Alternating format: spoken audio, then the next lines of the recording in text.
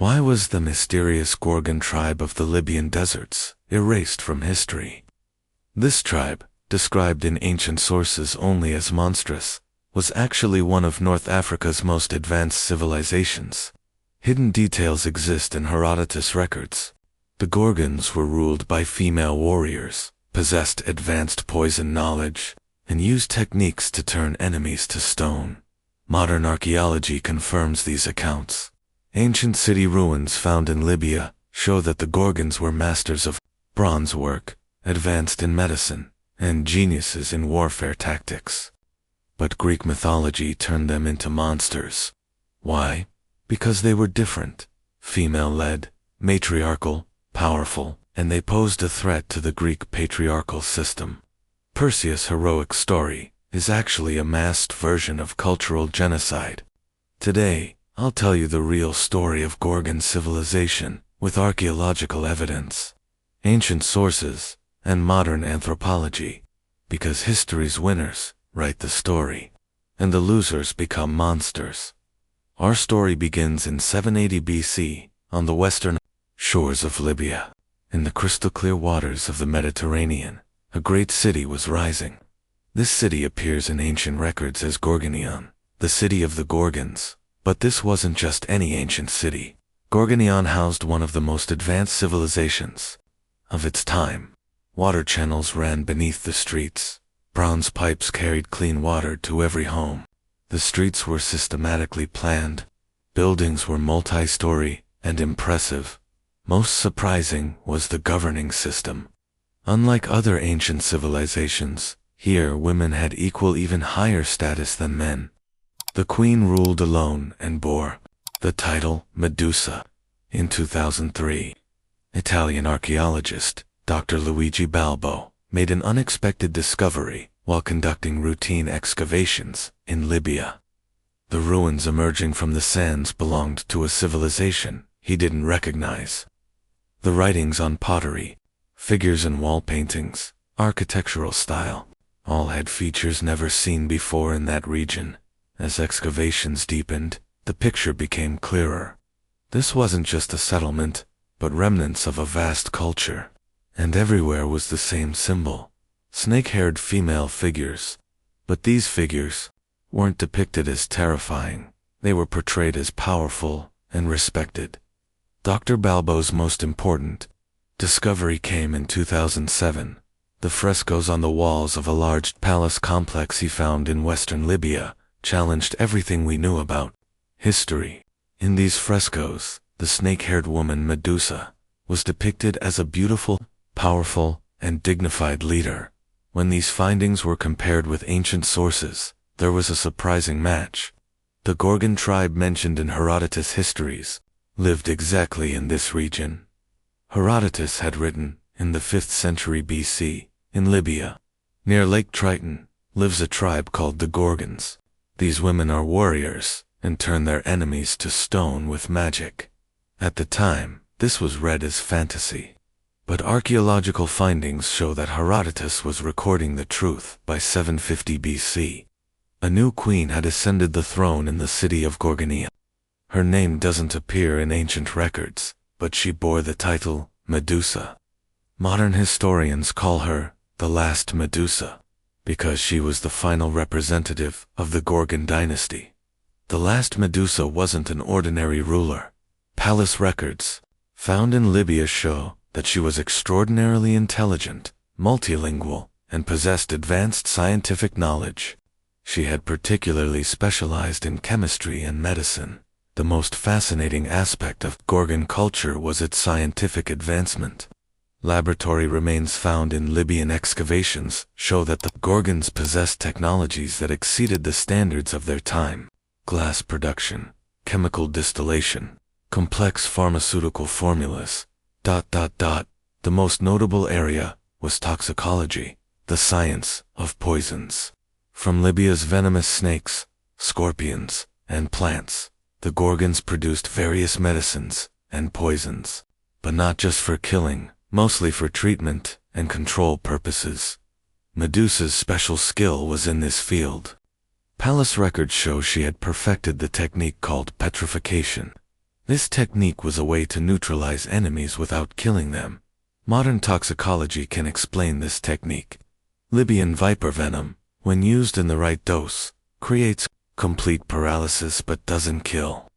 The victim remains conscious but cannot move. In ancient times, this would truly appear as being turned to stone. Gorgon society was also very unusual. Women served as warriors in the army, conducted research as scientists, and negotiated with neighboring countries as diplomats. This matriarchal system wasn't seen in other civilizations of the period.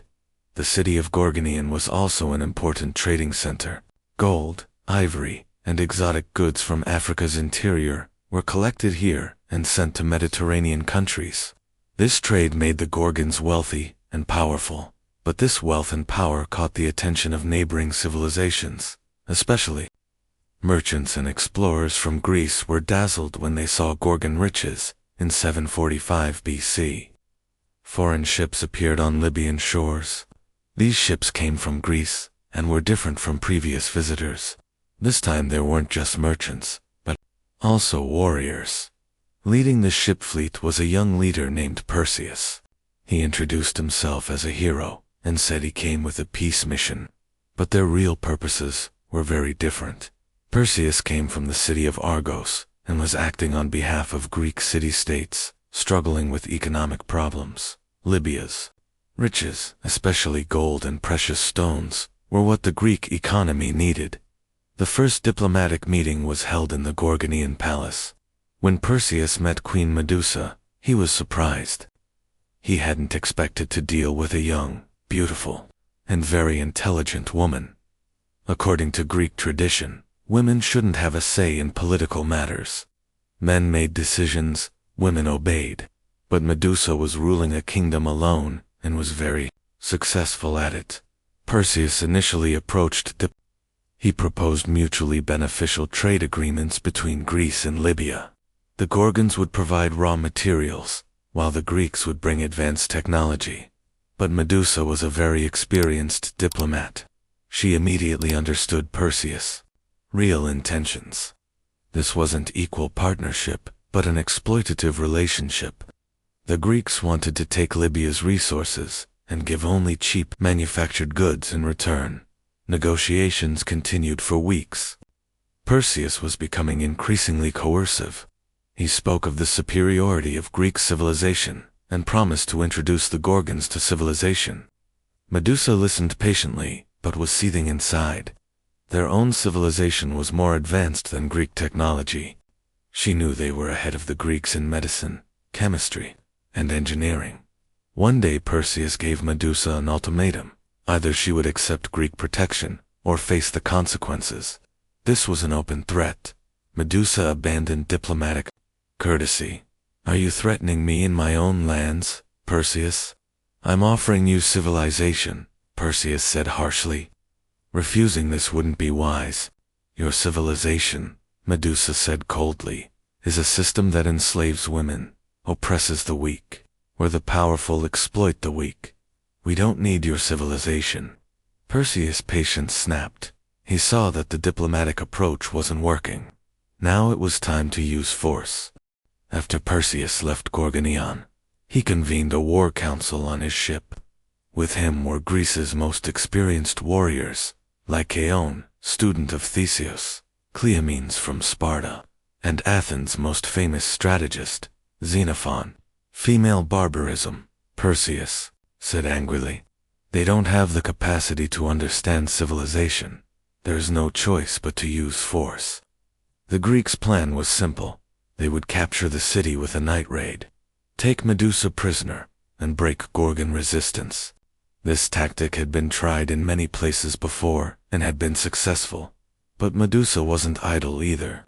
The Gorgon spy network had learned of Perseus' plans, and Medusa was preparing her own counterplan. Gorgon warfare tactics were very different from the Greeks. Instead of direct confrontation, they preferred psychological warfare, tactical retreat, and techniques to trap the enemy. Medusa's greatest advantage was her petrification techniques. The paralysis poisons she produced from Libya's toxic resources could neutralize enemies without killing them. The palace's architectural structure was also strategically designed. Secret passages, traps, escape routes. Every advantage that could be used during defense had been considered. Medusa was also calculating psychological impact. If she could capture Perseus and his men, she could force the Greeks to retreat. But this was a very risky plan. As night approached, both sides were making their final preparations. Perseus was motivating his men. "We'll introduce these barbarians to civilization." Medusa was warning her people. "We'll fight for our freedom." Two different civilizations, two different worldviews were facing each other, and only one could remain standing. On that fateful night of 745 BC, deep silence reigned over the city of Gorgon. Moonlight fell on the stone buildings. The streets appeared empty. Perseus and 12 elite warriors advanced silently from the Libyan coast.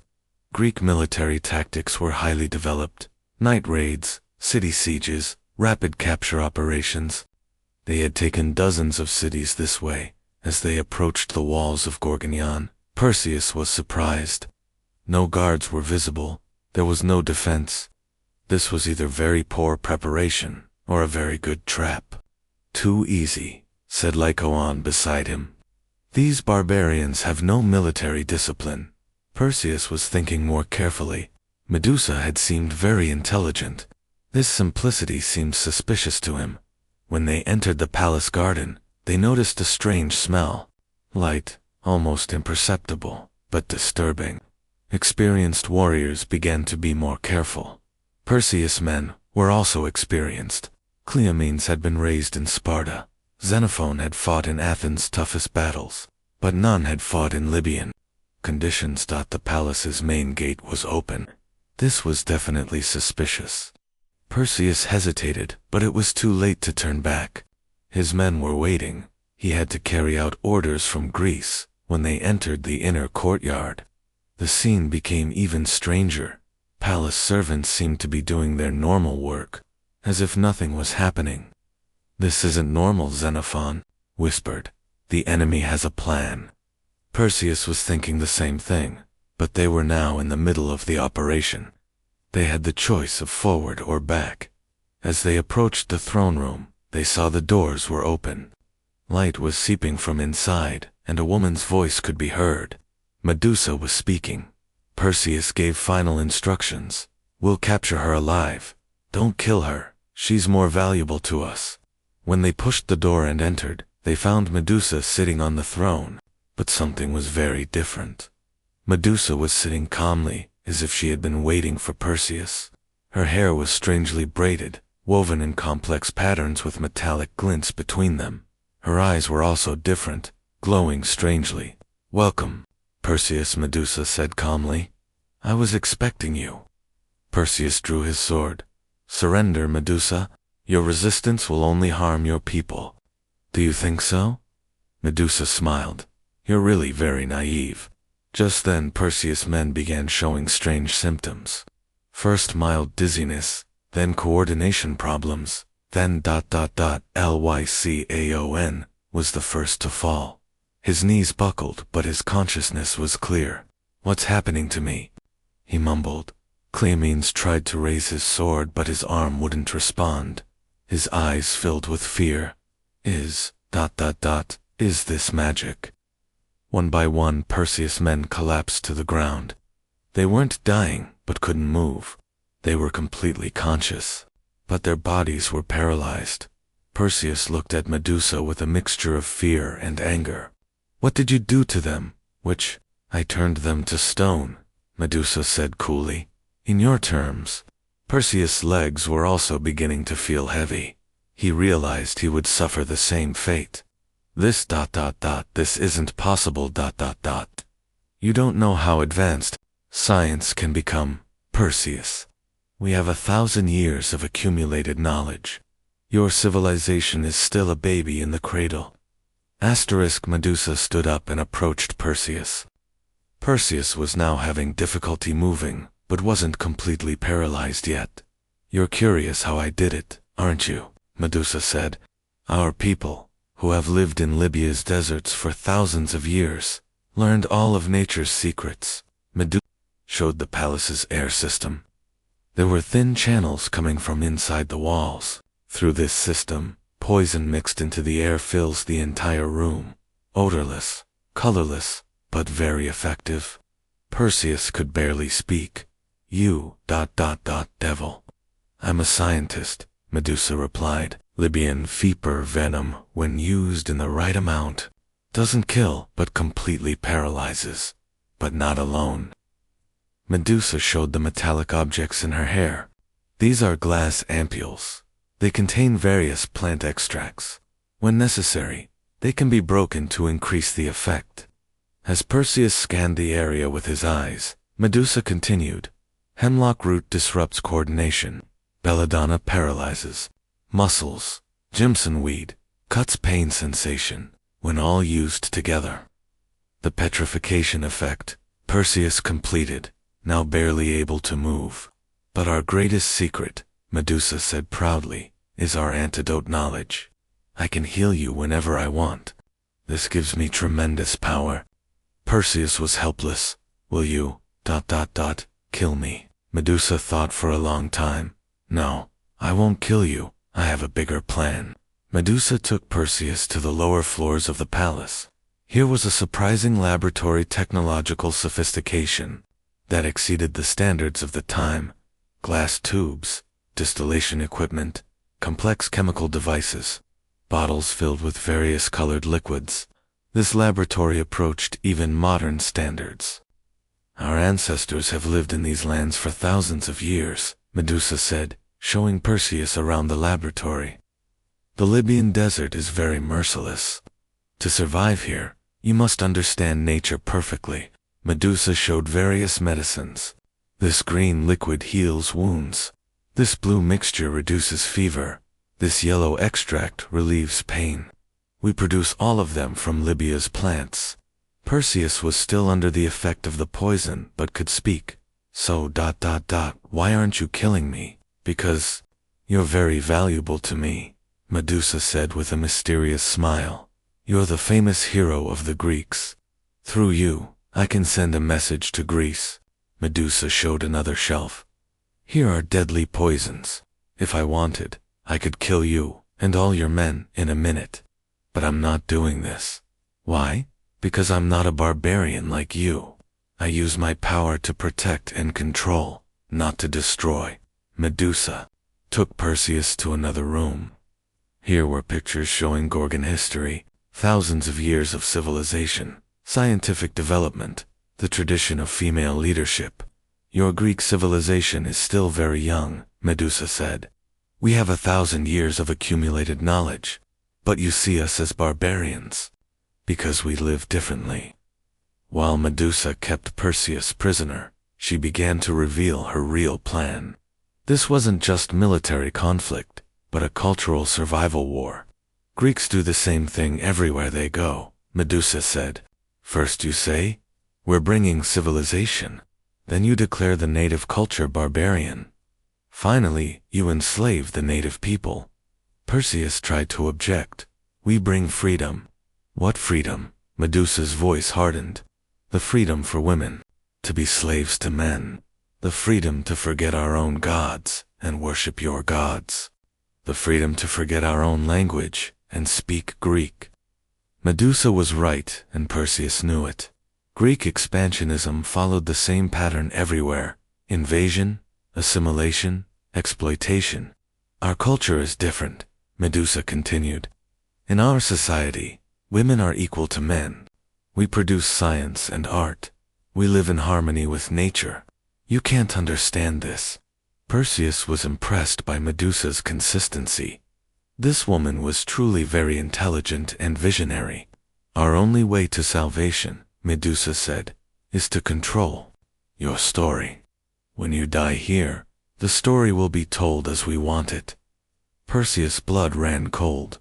"Will you, kill me?" "Of course," Medusa said determinedly. "But first, listen to my plan." Medusa explained the big picture to Perseus.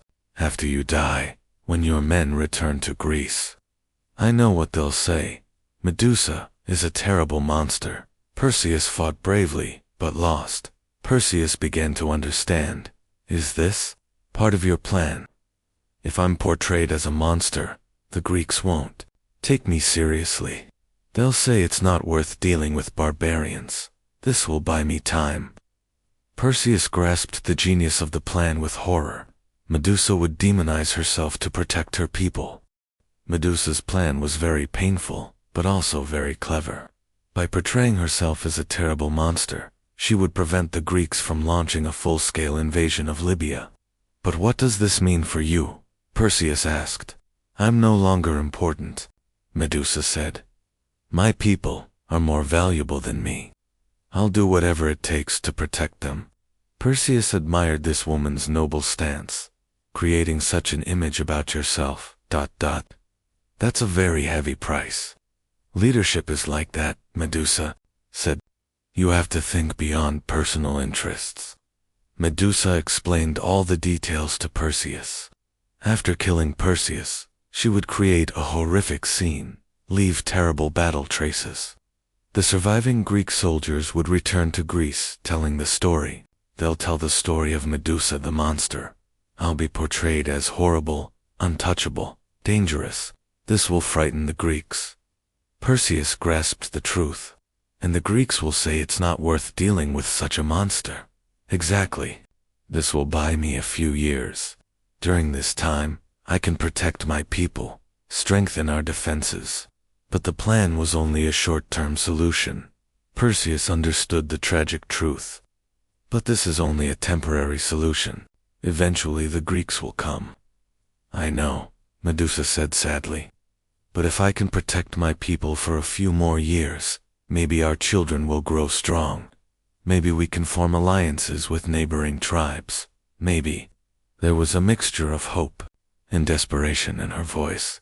She saw the big picture. She knew that Gorgon culture would eventually perish, but she wanted to resist as long as possible. You're a very brave woman, Perseus said sincerely. The Greeks aren't capable of understanding you.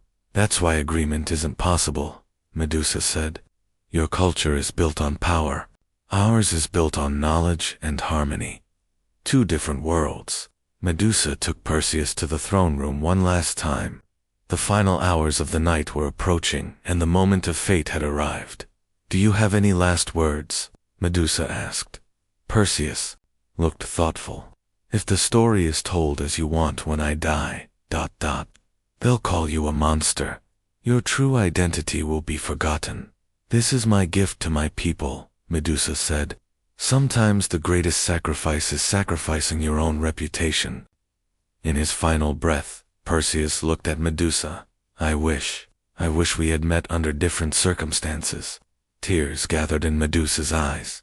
In another world, perhaps, friendship might have been possible. After killing Perseus, Medusa came to the most difficult part. She had to create the horrific battle scene. She filled the palace throne room with traces of blood and violence. She dismembered Perseus' body, painted the walls with blood, broke furniture. She staged a scene as if a terrible monster had savagely attacked. The most painful part was changing her own appearance. She messed up her hair, made snake-like braids. She applied horrible makeup to her face. She dripped special plant mixture into her eyes to give them a red glow.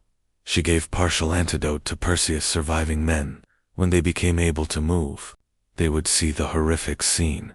When Lycaon opened his eyes, he was confronted with a scene of horror. Perseus' dismembered body, bloody walls, and the horrible-looking Medusa in the corner, ... Perseus. He screamed, but it was too late. Medusa deliberately made horrible sounds, made frightening movements. The men began to flee in panic. Run, shouted Cleomens. This is a monster, a real monster. Medusa drove them from the palace, but didn't kill them. These men fleeing in terror would return to Greece and tell exactly the story she wanted, as the night ended with Medusa sitting alone in the throne room. She felt the weight of what she had done. She had sacrificed herself, but saved her people. When Perseus' men returned to Greece, They told a horrific story, unlike any they had ever heard before. Medusa is a real monster, said Lycoan, still in trauma. Her hair is snakes, her eyes glow like fire. She turns people to stone with her gaze. Perseus fought bravely, Cleomenes added, but that creature was too powerful. It killed him savagely. This story spread throughout Greece, but it created exactly the effect Medusa wanted. The Greeks became afraid of Libya. It's not worth dealing with such a monster, said the king of Argos. Let's leave Libya to its fate. Medusa's plan worked in the short term. The Greeks didn't come to Libya for several years. During this time, the Gorgons strengthened their defenses, formed alliances with neighboring tribes. But in the long term, the inevitable happened. As years passed, Greek pressure increased. Libya's riches were too tempting. Eventually the Gorgon civilization was destroyed. But thanks to Medusa's sacrifice, they were able to resist much longer. As years passed, the real story changed. Perseus' failure hurt Greek pride. Poets and writers began to improve the story. The first change was hiding Perseus' death. In new versions, Perseus survived, even defeated Medusa. Then Athena's help was added. The mirror shield story explained Perseus' victory. The biggest change came in Ovid's Medusa was now a beautiful girl, Athena's victim, and a monster that Perseus rightfully killed. This propaganda was very successful. Medusa's real story was completely forgotten. Modern archaeology is slowly revealing Medusa's real story. Dr. Balbo's excavations in Libya show that Gorgon civilization was indeed very advanced. Scientific instruments, medical tools, chemical laboratories. The most important finding came in 2018. The Queen's tomb, found in Libya, contained surprising remains. The frescoes on the tomb walls showed Medusa as a powerful, beautiful, and knowledgeable leader. There were no monster images. Chemical remains found in the tomb also proved the Gorgons' advanced toxicology knowledge. Dr. Maria Tavares, 2019 analysis shows that these remains contain traces of paralysis-inducing poison. The petrification power really was based on scientific foundations. Medusa's story is actually part of a larger pattern. Throughout history, powerful female leaders have been monsterized or marginalized. Celtic Queen Boadicea is told as a savage barbarian. Palmyra Queen Zenobia is shown as a rebel. Egyptian Queen Cleopatra is portrayed as a seductress. What they all have in common, they were powerful, intelligent, independent women who posed threats to male-dominated systems. Medusa also fits this category. She was a powerful leader, ruled an advanced civilization, and was unacceptable to Greek patriarchalism. Modern feminist historical research shows that female leadership in the ancient world was much more widespread than Greek-Roman sources suggest. Traces of Gorgon culture can still be seen in North Africa. The tradition of female leadership continues among Berber tribes. In some tribes in Libya and Algeria, the title Medusa is still used. This title means protective leader. Traditional medical knowledge has also been preserved. North Africa's herbal treatments, poison knowledge, antidote preparation techniques, all are continuations of the Gorgon tradition. In modern popular culture, the Medusa image is changing. Feminist artists use her as a symbol of strong women. The Medusa rehabilitation movement that began in the 2010s tries to spread her real story. Medusa's story shows that history is not always objective. Winners write the story, losers get demonized. Greek mythology isn't just entertainment, it's also cultural propaganda.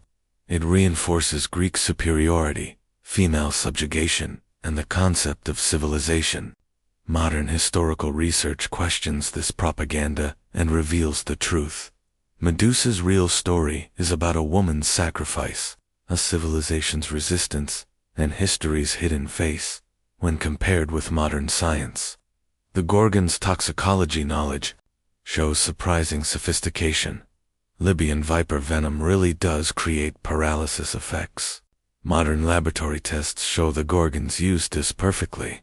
Plant extracts were also very sophisticated. Hemlock, belladonna, datura, all create uncontrolled paralysis when used in the right doses. Most impressive was the antidote knowledge. The Gorgons could heal the people they poisoned. This gave tremendous power. Modern medicine is developing new treatment methods by studying these techniques. Medusa's real story shows that sometimes the greatest heroism lies in sacrifice. She sacrificed herself to protect her people. She destroyed her own reputation to save her civilization. In the modern world, Medusa's real story is gaining importance. Powerful female leadership, scientific advancement, cultural resistance, ... Gorgon's secrets are still hidden beneath Libya's deserts. With each new excavation, a little more truth emerges. Medusa is not a monster, but a victim. Not evil, but a hero. Not barbaric, but civilized. She's one of history's silenced voices. But she's no longer silent, thanks to modern archaeology, feminist history, and scientific research. Medusa's real story is being rewritten. Perhaps her greatest revenge is this: truth finally emerging. Medusa died, but her legacy lives on. In strong women, in scientific curiosity, in cultural resistance, ... And every time we hear a monster story, it makes us think about what the truth might be, because history is much more complex and tragic than the fairy tales told by winners.